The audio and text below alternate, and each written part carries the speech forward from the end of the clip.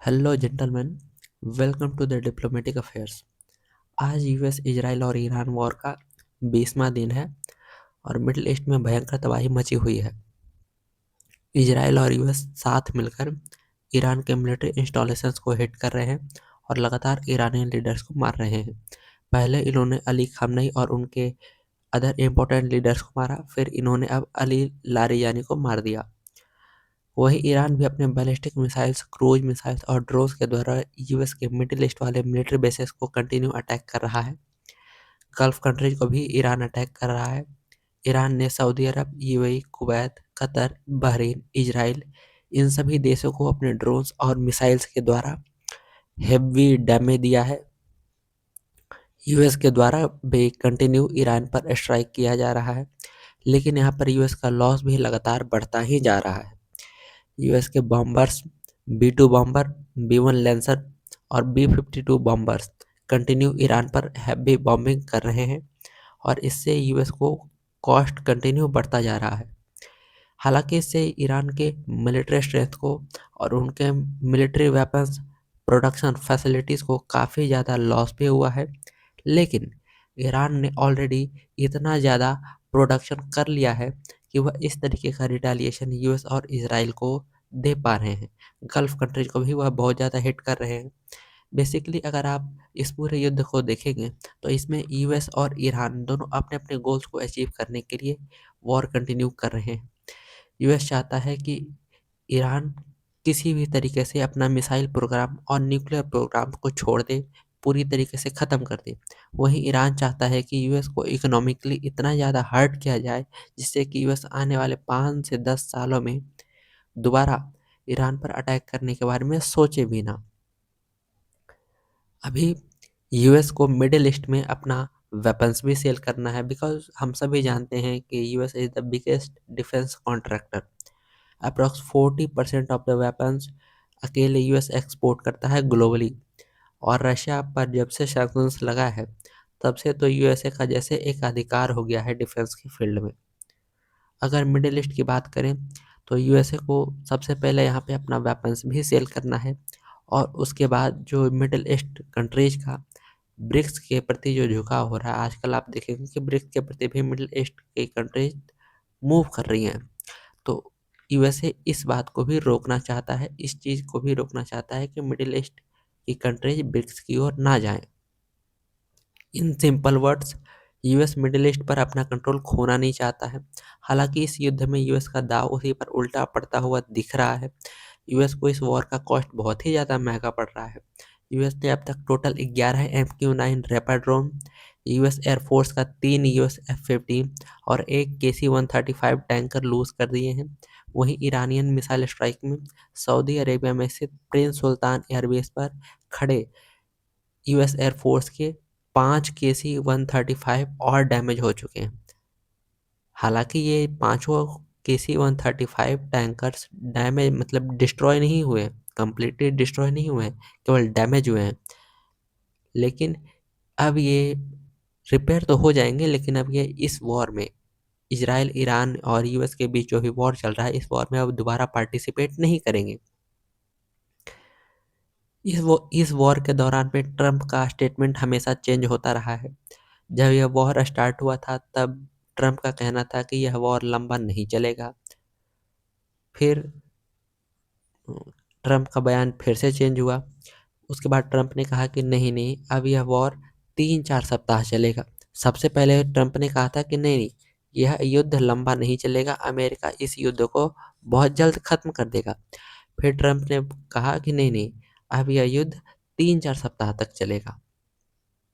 फिर ट्रंप ने अपना दोबारा स्टेटमेंट चेंज किया और बोला कि सिचुएशन के अकॉर्डिंग यूएस को अपने सोल्जर्स ईरान में उतारना भी पड़ सकता है। मतलब यूएस को ज़रूरत पड़ने पर boots on ground in Iran भी करना पड़ सकता है। फिर कुछ दिनों बाद ट्रंप ने अपना फिर से मेमोरी रिबूट किया और उन्होंने कहा कि अब यूएस इस वॉर को जीत चुका है फाइनली। थोड़े समय पहले कहा था कि नहीं, अब यूएस को हो सकता है अपने सोल्जर्स को ईरान में उतारना पड़े।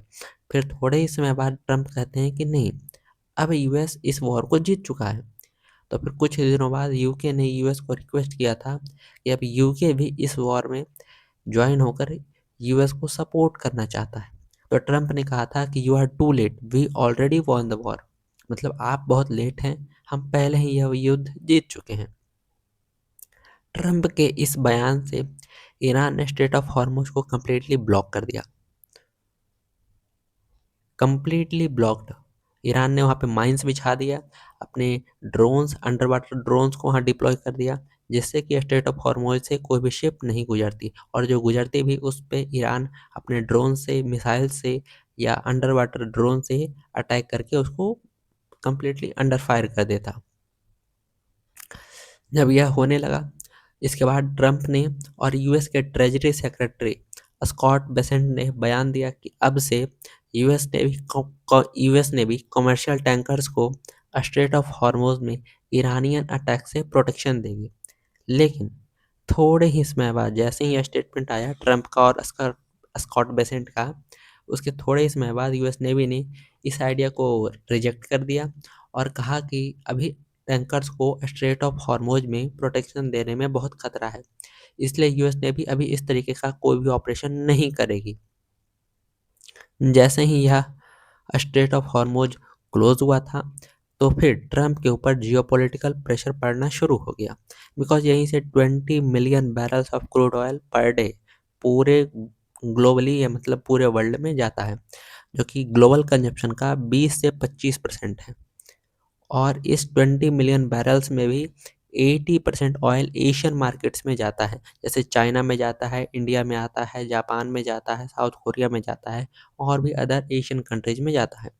तो अगर इन एशियन मार्केट्स को ऑयल सप्लाई का बड़ा शॉर्टेज देखना पड़ता है, बड़ा शॉर्टेज इन एशियन कंट्रीज को ऑयल सप्लाई का फेस करना पड़ता है, तो फिर जैसा कि ईरान ने पहले ही कहा था कि आप सभी लोग ऑयल को $200 पर बैरल को भी देखेंगे, इस $200 पर बैरल पर भी आप ऑयल के प्राइस को जाते हुए देखेंगे, तो कोई बड़ी बात नहीं है कि ये भी क्रॉस हो जाए।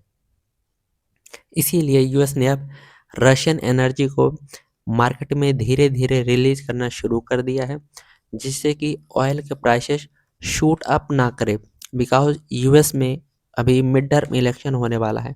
हम सभी जानते हैं कि यूएस में अभी मिड टर्म इलेक्शन होने वाला है, और अगर इस समय ऑयल प्राइसेस आसमान छूते हैं तो फिर यूएस का मिडिल क्लास सफ़र करेगा, जिससे ऑब्वियसली ट्रंप की जो रिपब्लिकन पार्टी है वो अपना सीट लूज़ करेगी।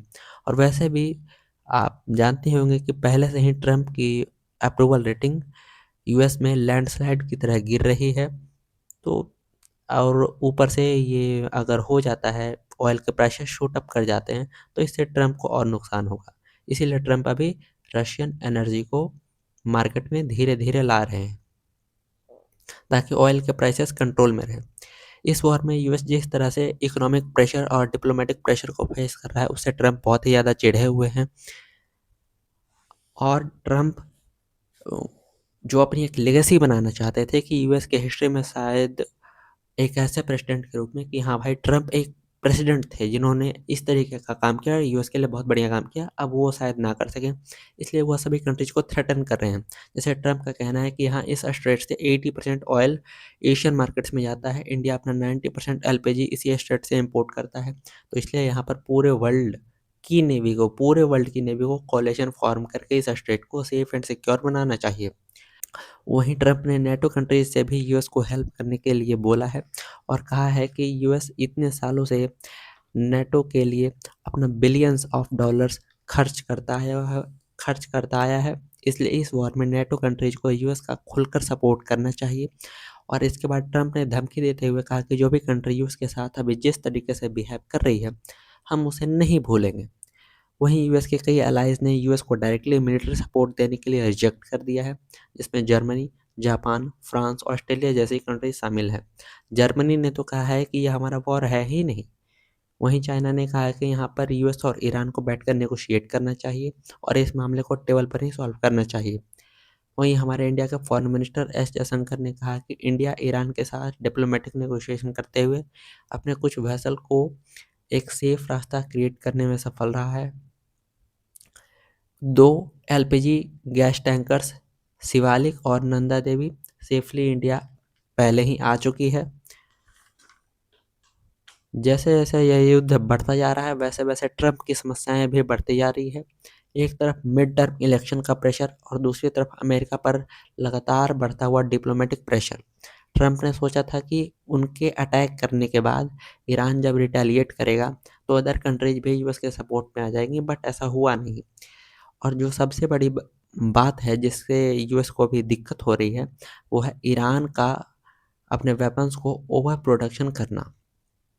ईरान ने अपने ड्रोन्स और मिसाइल्स का बहुत ही ज़्यादा ओवर प्रोडक्शन किया था। जब यूएस कोई वेपन बनाता है तो उसे अदर कंट्रीज को भी सप्लाई करना पड़ता है। इससे यूएस के पास खुद के लिए वेपन्स कम बचते हैं। तो यूएस के पास जो वेपन्स हैं उनकी क्वालिटी बहुत अच्छी है, नो डाउट, बट उनकी जो प्रोडक्शन रेट है वो कम है।